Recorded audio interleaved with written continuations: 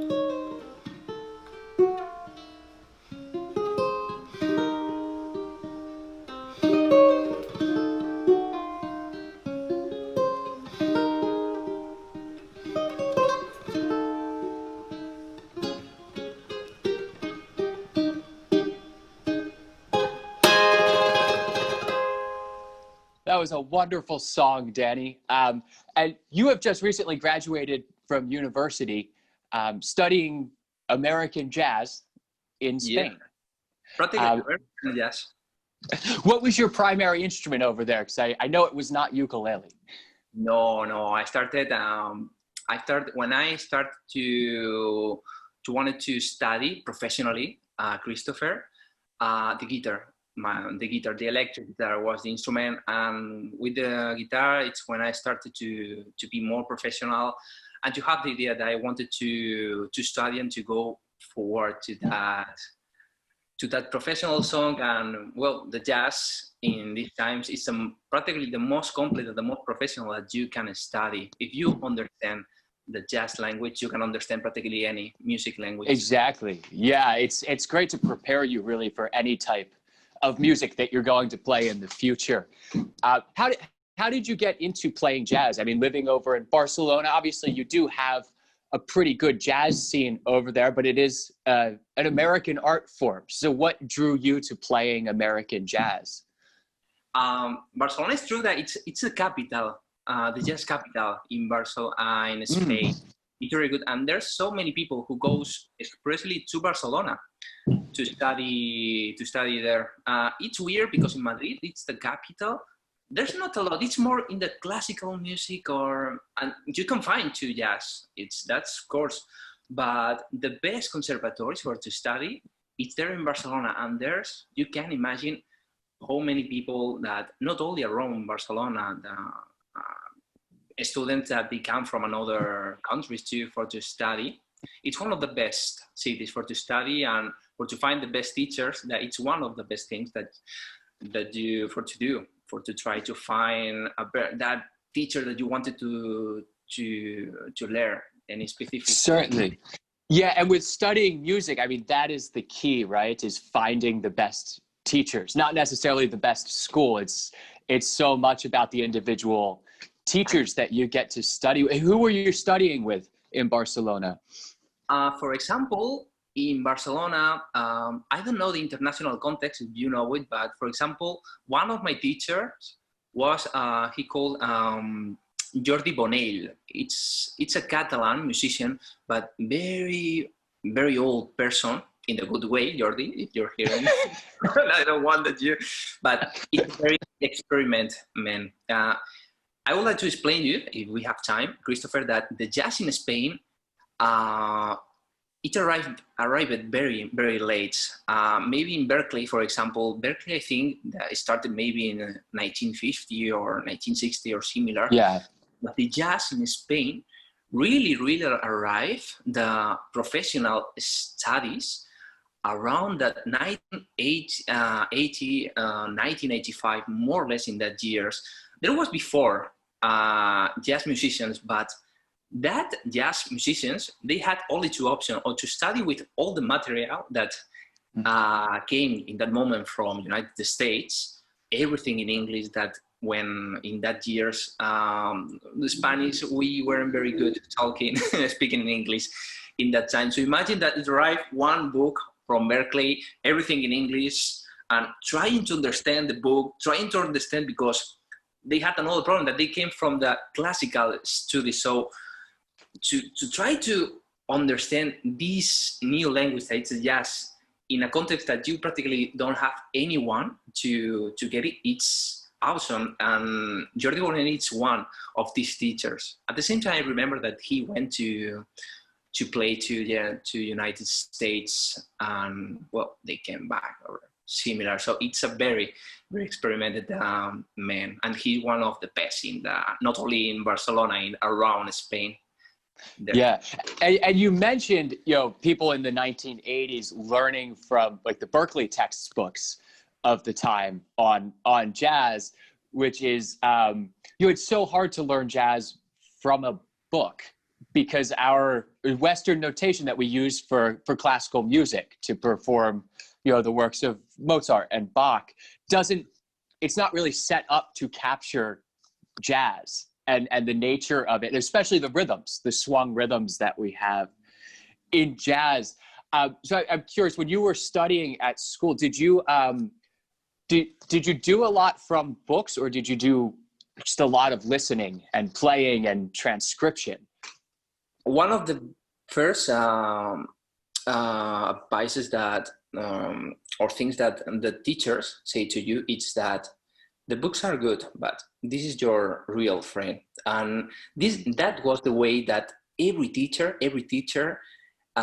they teach to themselves that, okay, it's good to have the books, okay, to understand and maybe to see how it's a diminuted scale or similar. But when you have work out so much the ear, it's the most important. And these people, for example, you can teach and you can talk with them from any album, from any year, from any artist. They are practically a music library, these people, because they have here a lot. So one of the best things that they told you, and it's completely true, that the ear, it's it will be your best friend, and it's the thing that you must to have more. For example, tonight I will have one jam session, and I will have to go with ukulele. I have done another, and you know that in the jazz, I'm not used to. You take ukuleles to jazz jam sessions. Yeah. So me too. Like, I thought I was the only one that did that. No, man. We were. Well, when I make it to Barcelona, we're gonna go to a jam session together with our ukes and just be completely ridiculous. Well, I have to recognize that the people look at me like a weird person, but I'm happy. Yeah. At the same time, I arrived there and I know the songs, but the problem is that I'm not completely, I don't dominate completely the ukulele. So this will be the thing that, okay, to play. Agreed. And I think for people that are learning music for the first time, which there's a lot of people in the ukulele world that this is their first instrument, sort of just bypass the ear training and want to go right to reading chord charts and all of that. But if you train your ear, it doesn't matter what instrument you play. It's going to help you. Those are two separate things, and understanding music is so reliant on being able to hear and then translate that to your instrument. And I'd love to see more people doing that work, even if it's figuring out 3-chord songs by just listening, as opposed to looking up the tabs online, which is which is great, and it's a great tool that we have, but you never really get the full picture of a song, especially when you're doing more complicated things. You and I were talking about the tune Donna Lee before we hit record on this, which is a Charlie Parker tune, but the head on that song, to notate it, is not perfect as to how it's actually played. And with most of those tunes, the heads to jazz songs, you are many times played differently by different performers. And we're talking about listening to recordings, and there's so many, you know, you might be familiar, say, with the, take this, you know the song Rose Room, Danny? Are you familiar with that one? Bo bo bo bo be bo bo do de do de dee da da dee. Yeah. But you listen to like numerous versions of that, you know, you have, and the melodies are just a little bit different, and the harmony even. So it depends what recording you learned off of. You know, you have the Benny Goodman sextet version with Charlie Christian on guitar, and then you have, and then you have, you know, Django Reinhardt 8 years later or so in the early 40s, and then, you know, you look at the Nat King Cole version of the tune, and they're all not exactly the same. They're all the same song, but you need to be able to use your ears to hear the difference between them, and it's like, what is correct? We have to remember, Christopher, and I think that it's one part that sometimes the musicians that we forget, that you can see that the word instrument, it means this, that it's a tool that we use to produce music. Of course. We are the musician, and we have to have the ways to be a musician. It doesn't matter that now maybe I play ukulele and after the guitar. It doesn't matter you play the double bass or you play the ukulele. Exactly. You have your skills, Christopher. Why? Because it's here inside, and it doesn't matter which instrument you have your hand. Yeah. No, exactly, and that's one of the reasons I love playing so many instruments, is because they're just ways to communicate music, but they all do them in different ways. You know, the way that you would play a song on guitar is not the same way that you would approach playing it on ukulele, although you could, but I know you personally do not do that. You play songs, I think, very differently on uke than guitar, which is great because you're using a tool with different limitations, and it's how can you work in the confines of that instrument to express your ideas at that moment. And that's a beautiful, beautiful thing. Just beautiful, exactly. Yeah. Danny, do you think you could play us another song? Yeah, of course. 1, 2, 3.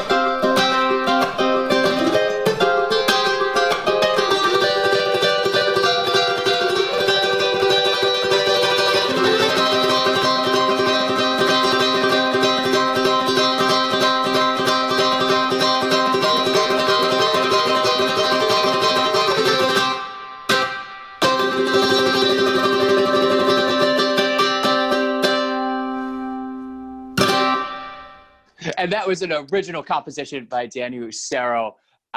Danny, when did you first start writing your own songs? With ukulele, you mean? Yeah, in general, on any instrument. To write songs, practically when I started to do music, the first instrument that I played was the drum. So practically I didn't compose anything. Well, that's because drummers aren't musicians. That's Yeah. We have to remember, guys, you have the right to. But no, I think when I started with the guitar, maybe I started to compose the original songs, like singer, but practically I don't consider to myself a good singer. And this is one personal part of mine, but I have been composing a lot of things.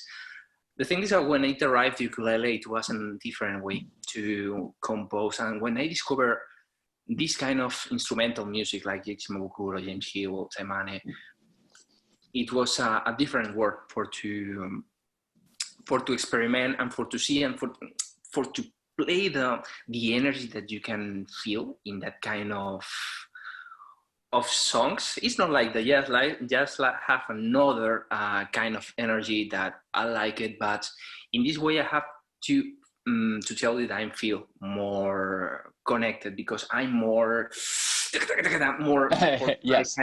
It's more energetic in that part. It's different, but at the same time it's great too. And with these different things, I have composed so many different songs.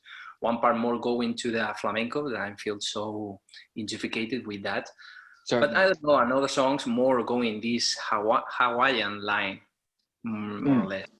So it's yeah, and there's I'm sure you've played a lot of the old Hawaiian tunes over the years on uke, and there's such just a beautiful sense of it's a more simplistic harmony than maybe we're used to in the modern day, but just the way the songs float along and to be able to capture that sort of tonality in an original composition is very neat to be able to do. I'm curious, when you compose songs, when you write songs, because you do come from playing jazz and improvising a lot. Do you find it hard to settle on this is what the song is and not let it progress anymore and not improvise over it while you play? Because I know I have trouble when I write out songs for people that I'm never going to play at the same two times in a row. Do you feel the same thing at all, or do you like having a set song and the concreteness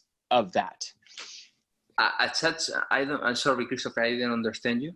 Oh, so when you're composing songs that you write down for others to play or to present to other people, do you still improvise? Do you still make up parts of the songs while you're playing them, or do you do it the same each time?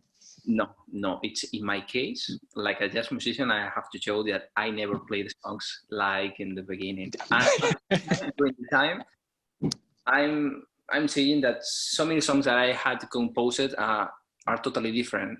Not totally different because it's the same soul inside of the song, but I don't know, that kind of silence that I did it in that part, I don't want to do it. And maybe this part that it was more energetic, I go down.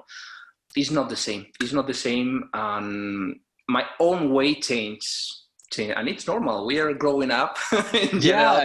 And your emotions change every time that you play a song, and maybe you feel differently about it.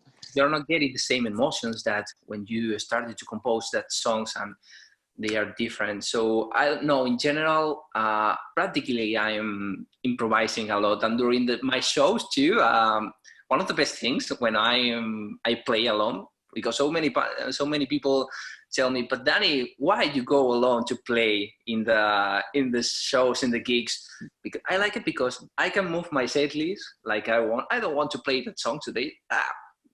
Let it to the song there. And I want to make it longer, the song. There's so many parts of my songs that it's completely are completely not improvised. There's one chord, one modal chord, maybe for example in C minor, and I just play it with intensity, with dynamics, something like that. So in general, no. I improvise practically all the time. Yeah. Do you ever play with a full band when you're playing your ukulele music? Not so many people. Not so many people. I have played ukulele with one or two different bands here, but no, the ukulele I'm more I have how to say it in English, more to be alone playing. Not alone, I mean in my bedroom alone. Yes.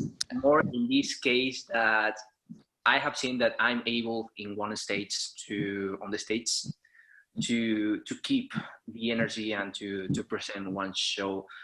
And at the same time, it's so great because it's so good to play with people, but another times when you go alone and it's only to plug your jack and to play, and you can do that magic too. Yeah. Great. It will arrive the time to play with more people, and actually I'm playing with more people, but there's the moments for everything, Christopher. Yeah, yeah, it is. I think a lot of it is finding the right people to play with as well. And that goes for any type of music or any instrument that you're playing. Finding the people that you want to have a musical conversation with and speak a similar language that you do in music. And that's, I know for me personally, I play with, I have three other members of my band. We have a guitarist, violin and double bass in my group. And it took me years to find, I always had that instrumentation, but to find the correct musicians that I could speak to on stage and would understand, you know, when you're improvising, and go off the rails and, you know, and will follow you down that path. And that's certainly, I think, something very tough to find. And you're lucky when you do find it, to have musicians to play with like that.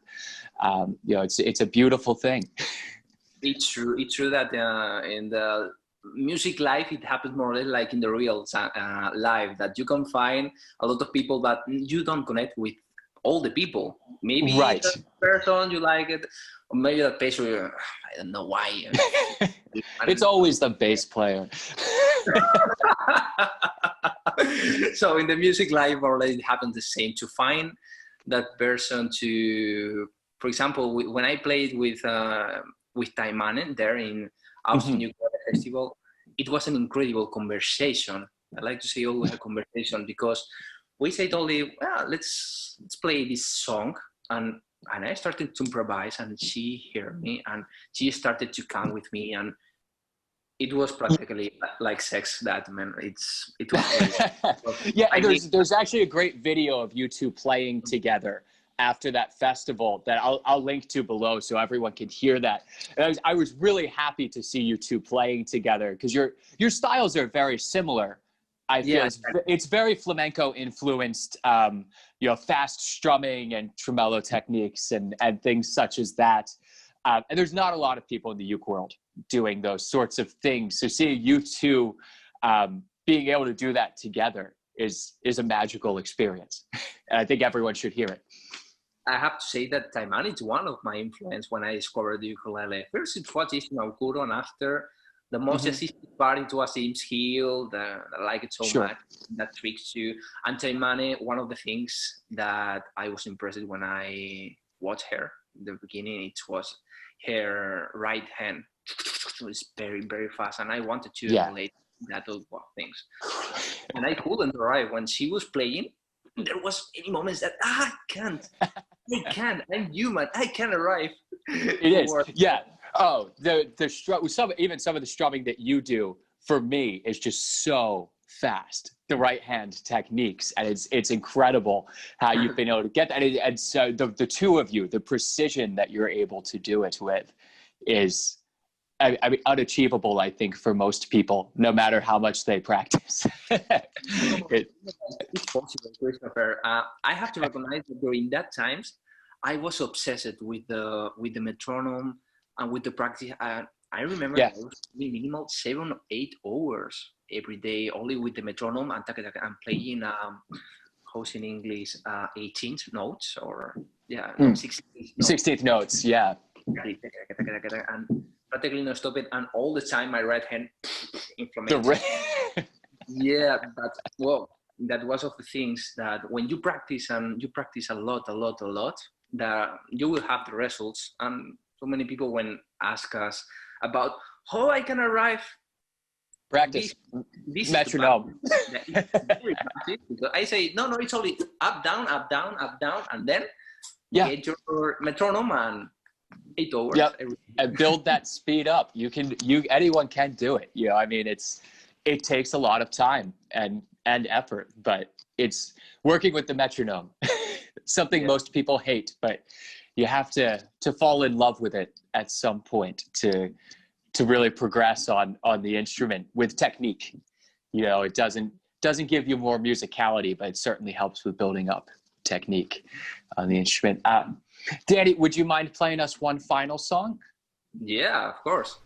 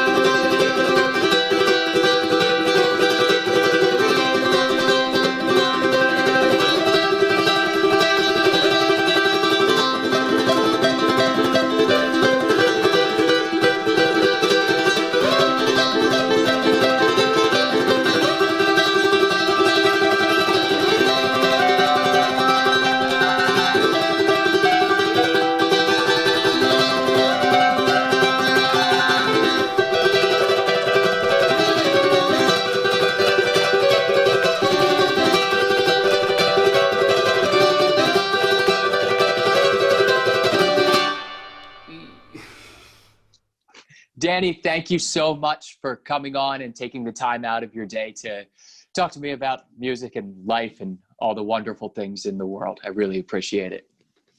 Thank you very much, Christopher. It has been a super pleasure coming from you. Well, thank you very much. I love you, man. Thank you, man. It was so great to finally speak to you, at least in this context, and hopefully soon enough I'll be in Barcelona or you'll be in the US, and we'll get to play some songs together in person, except instead of online. That would be very nice. And for everyone listening, I'll link to Dani's website and his Patreon and his music down below so that you can find out more about him. And Dani, would you mind playing us one final little tune to play us out of the show? Okay,